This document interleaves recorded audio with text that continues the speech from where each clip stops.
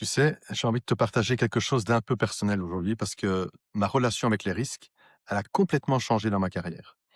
Quand j'étais sysadmin, je faisais des analyses de risques techniques. Et honnêtement, j'étais persuadé d'avoir la vérité. Pourquoi?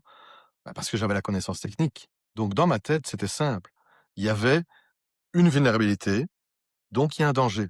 Donc il faut corriger. Et moi, j'étais un peu le juge. En fait, un jour, j'ai pris une claque. Une vraie claque professionnelle et je n'avais pas la vérité, j'avais une vérité. Parce que dans le business, il existe plusieurs vérités.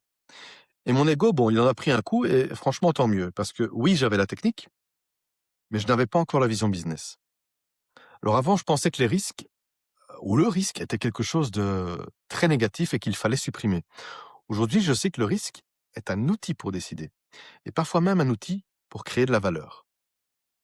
D'ailleurs, est-ce que tu savais qu'il existe trois types de risques? Comment plonger en fait? On a une flottabilité positive, tu montes. Une flottabilité neutre, tu restes entre deux eaux, et une flottabilité négative, et là, tu coules, tu descends. Ah ben en fait, les risques, c'est pareil. Il y a des risques négatifs, des risques neutres et des risques positifs. Et en sécurité de l'information, on parle presque toujours du négatif. Mais parfois, augmenter un risque, c'est exactement ce qu'il faut faire. Jeff Bezos l'a fait. Tu sais, la petite start-up Amazon, il a décidé de vendre des livres sur Internet. À l'époque, c'était risqué. Fraude, piratage, logistique, paiement en ligne. Mais il l'a quand même fait, non? Parce que le risque peut aussi être une opportunité. Et puis, il y a le risque neutre. Le genre, il y a 50% de chances d'avoir un Noël blanc l'année prochaine. Bravo. Combien a coûté ton étude de risque?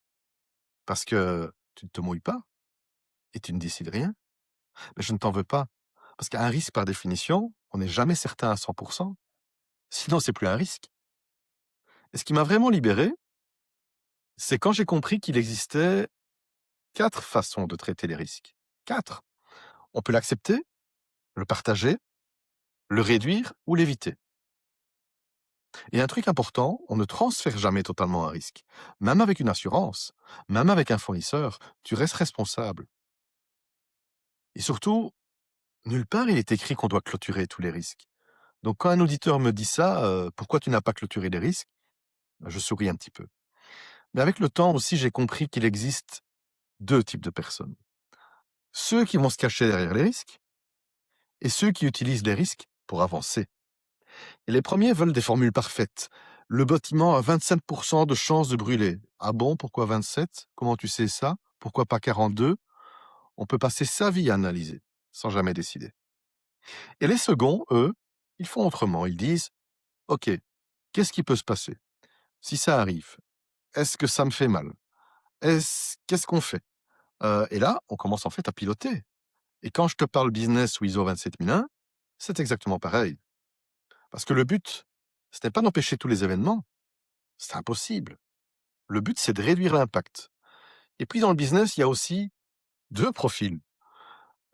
Les oui, mais il y a un risque. Oui, mais ça peut échouer. Oui, mais j'ai ça. Oui, mais j'ai peur de ça.